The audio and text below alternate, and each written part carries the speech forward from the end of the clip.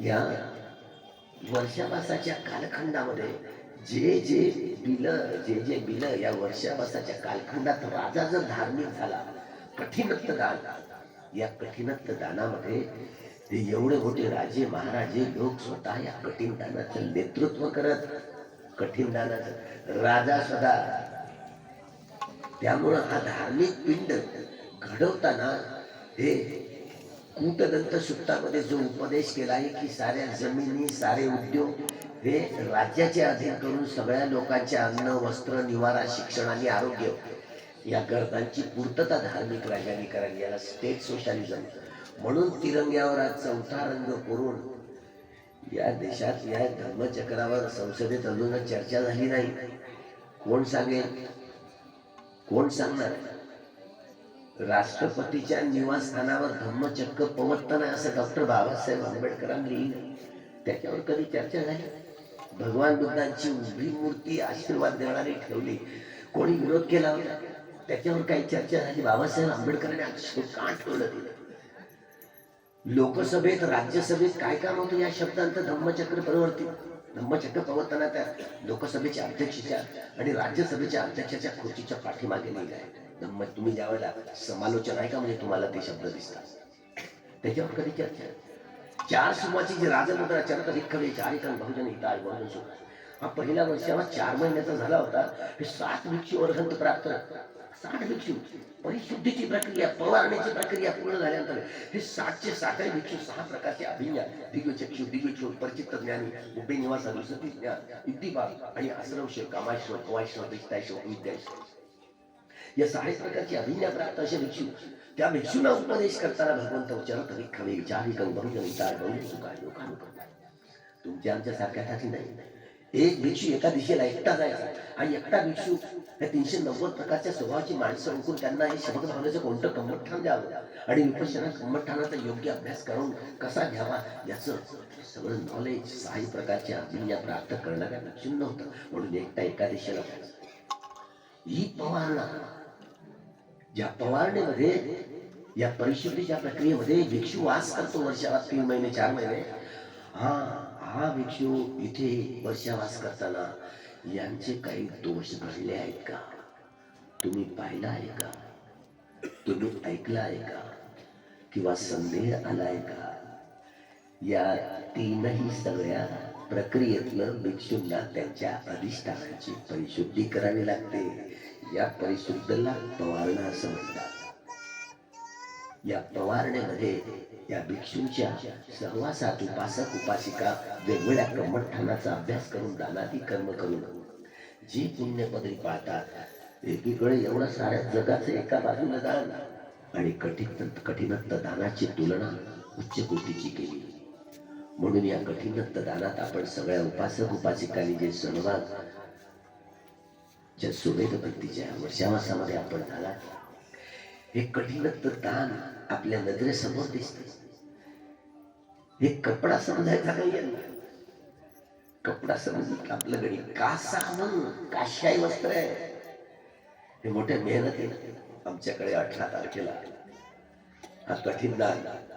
आता तुम्हाला आपला काही शिवता येत नाही म्हणून 82 उपासक उपासिका बांगलादेशात बोलावले. तुम्ही या ट्रेनिंग घेऊन घ्या एवढे, म्हणजे पुन्हा बांगलादेशावर आपल्याला विसंबून राहावं लागणार. आता थोडा खर्च झाला तरी 18 तारखेला जेव्हा ते उपासक उपासिका 3 सरण 5 शील 8 शिलाची याचना करतील, कठीणत्त दान चिवर तयार करण्याची याचना करतील आणि तेव्हा हे आता आमच्याकडला कापूस, आता बातमी आली की ते कापूस आमच्याकडला जमणार नाही, तो दुसराच कापूस पाहिजे. तर आमचा कापूस गेला का तुम्ही समजा. त्या कापसाचं रुई आहे ना, त्या रुईपासून सूत काढलं जाईल. ते चरखे बिरखे एवढं देणार आहे ना 82 लोक. त्या रुईपासून सूत कातलं जाईल. सूत कातल्यानंतर ते गुंडाळे केले जातील. त्या गुंडाळ्यांना रंग दिला जाईल. असा रंग दिला जाईल. रंग दिल्यानंतर त्याला वाळवलं जाईल. वाळवल्यानंतर त्या सुताला 2-2 फुटाच्या पट्ट्या त्या हातमागाच्या, त्या हातमागावर ते कापड विणलं जाईल आणि कापड विटल्यानंतर हे खांद्यावरची संगाठी, याला उत्तरासंग म्हणतात. अंतर्वासन आणि कमरबंद या 4 गोष्टी अशा शिवल्या जाते. ते सकाळी 6 वाजेपर्यंत हे सगळं पाठीत पूर्ण झालं पाहिजे. तुम्हाला झोप नानसी भावना गरीब हे असं म्हणत म्हणत तुम्हाला ऐकायला मिळेल. हे बांगलादेशातील उपासक उपासिका दानशील भावना गरीब दानशील भावना या वर्षावासाच्या कालखंडात जे काही दानादी कर्म करून ते प्रणीत प्रकारचं दान जे आपल्याला कितीही गरीबातले गरीब असले तरी तुम्ही जाऊन पहा किती मोठ्या प्रमाणात दान समजेल. आता तुम्हाला हे कमीत कमी एवढं तरी दिसते. बाकी ठिकाणी जाऊन पहा काही दिसत नाही. पहा एवढं काहीच नाही. म्हणजे आता हे पारंपरिक भिक्षू असल्यामुळे आपल्याला दिसत तरी ते संस्कारात वाढले, धम्माच्या संस्कारात वाढले.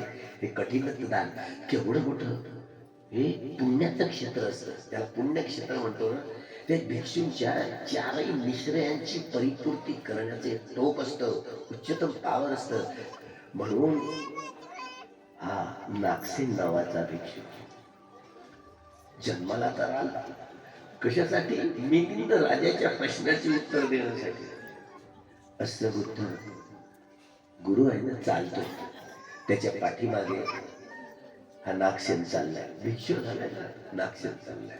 नागसेन आपल्या मनात असा विचार करतो, माझा गुरु मला काहीच नाही शिकवत का? पहा मनातल्या मनात असा विचार करतो नागसेन, माझा गुरु मला काहीच शिकवत नाही का? गुरुनी ओळखलं, हे नागसेन तू असा विचार नको करू, माझा गुरु काहीच नाही शिकवत. अरे माझ्या गुरु माझ्या मनात एकदम चूप. पाहता पाहता अनित्य बोध पुष्ट झाला, दुःख बोध पुष्ट झाला, अनंत बोध पुष्ट झाला. ज्यामध्ये चालता चालता पहा ह्या 10 ज्ञानाची प्रक्रिया पूर्ण झाली. हे विपश्यना या कम्मठणाचा एवढा संपूर्ण ही धम्माच्या आधारावरची ही संपूर्ण ही लय ज्याला म्हणतो ना, हे शरीर त्याचं संश्लेषण विश्लेषण विघटन आणि विभाजन करणारी ही अनित्यदायिनी, ही दुःखदायिनी, अनंतदायिनी ही विपश्यना काम करायला लागली. समर्श ज्ञान, उदय ज्ञान, भंग ज्ञान, भय ज्ञान, आदिनव ज्ञान, मुंचित काम्य निबिदा ज्ञान, मुंचित काम्यता ज्ञान, पटिसंख्या ज्ञान, संखांकिका ज्ञान आणि अनुलोम ज्ञान या 10 ज्ञानाची भरभर अनुभूती झाली. गोत्र चित्त उत्पन्न झालं. अनित्याकडून नित्याकडे नेणारे, दुःखाकडून सुखाकडे नेणारे आणि अनंताकडून अनंताकडे नेणारे. पाहता पाहता शोतापत्ती फळाला पोहोचले. एक शोतापत्ती फळाला पोहोचलेली व्यक्ती 3 महिन्याचा वर्षावास होता आणि त्या वर्षावासामध्ये हे कठीणत्व दान केलं जातं. हे असं कठीणत्व दान रात्रभरात ते पूर्ण तयार झाले आणि एकेकाळची त्यांची पूर्वश्रमीची माता असणारी सातत्यानं 30 वर्ष ती 8 शिलाचं पालन करत होती. 8 शिलाचं त्या अधिष्ठानामध्ये एवढी ती समाविष्ट झाली की कठीणत्व दान करताना सकाळी 8 ते 9 ची साधना झाली आणि सकाळी चिवर दान करताना, कठीण चिवर दान करताना आणि नागसेन भिक्षू चिवर कठीण दान स्वीकार करताना त्यांनी अर्हत्व प्राप्त केलं आणि ती शोतापत्ती फळाला पोहोचले. एवढं मोठं कठीणत्व दानाचं मोठं वलय असतं, ज्या आधारावर भगवंत ज्या व्यक्तीच्या स्वभावाला ते जाणत तसं तसं ते कम्मठान कसं द्यायचं हे 6 प्रकारच्या अभिज्ञान ज्ञान ज्यांना ज्यांना प्राप्त करता आलं, अशा 300 प्रकार 390 प्रकारच्या स्वभावांच्या माणसांना ओळखत आणि तसे ते कम्मठान त्याचा अभ्यास करून देत भगवंतांनी 7व्या वर्षाला जो तावंतीसा देवता लोकांमध्ये केला आपल्या मातेच्या ऋणातून मुक्त होण्यासाठी. त्यांची माता मरण पावल्यानंतर 7व्या दिवशी महिला म्हणून जन्म नाही घेतला, तिने तुशिता देवता लोकांमध्ये देवपुत्र म्हणून जन्म घेतला. तुम्ही मराल तर तुम्ही कुठे जन्म घ्या. हे तावंतीसा तुशिता देवता लोकांमध्ये त्यांनी त्यांच्या आईने आता महिला म्हणून देवता म्हणून जन्म नाही घेतला तर देवपुत्र म्हणून जन्म घेतलाय. म्हणून त्याच्या ऋणातून मुक्त होण्यासाठी 7वा वर्षावास हा तावंतीसा देवता लोकांमध्ये तथागतांनी केला. तथागतांनी चित्त चैतसिक रूप आणि निर्वाण या चारही गोष्टी एवढ्या समजावून सांगितल्या. हे 54 कामावचर चित्त, 15 रूपावचर चित्त, 12 अरूपावचर चित्त, 8 लोकोत्तर चित्त, 89 प्रकारचे चित्त आहे. 40 संख्या लोकोत्तर चित्ताची वाढते म्हणून 121 प्रकारचं चित्त, 52 प्रकारच्या चित्तवृत्ती, 28 प्रकारचं रूप. अग्निवायू जल आकाश म्हणतो ना, अग्निवायू जल आणि पृथ्वी एकेकाचे 7 प्रकारचे रूप आणि निर्वाण. याचं एवढं संश्लेषण विश्लेषण विघटन विभाजन करून ते शरीर आणि मन, कोणत्या प्रकारचं शरीर कोणत्या प्रकारचं मन, कोणत्या प्राण्याचं शरीर कोणत्या प्राण्याचं मन, हे कसं कसं उत्पन्न होते याचं संशोधन तथागतांनी या अभिधर्मामध्ये हे शिकवलेलं आहे. या मनाची उत्पत्ती होते कशी, म्हणून डॉक्टर बाबासाहेब आंबेडकरांनी घटना तत्चरत भिक्ख विचारिकन अशा भिक्षूंना जो उपदेश केला आणि या अभिज्ञा 6 प्रकारच्या अभिज्ञा ज्ञान प्राप्त करणाऱ्या 60 भिक्षूंना हा उपदेश केला. आर्य सत्याचा साक्षात्कार करून माणूस कसा घडवला जातो, त्याचं आध्यात्मिक आणि भौतिक जीवन कसं सुधारलं जातं, माणूस घडवण्याचे हे रसायन आहे. म्हणून या देशाच्या या राष्ट्राच्या झेंड्यामध्ये धर्मचक्र डॉक्टर बाबासाहेबांच्या कलाकृतीने बसवलं गेलं. कधी नाही कधी या देशातल्या नागरिकांना याची जाणीव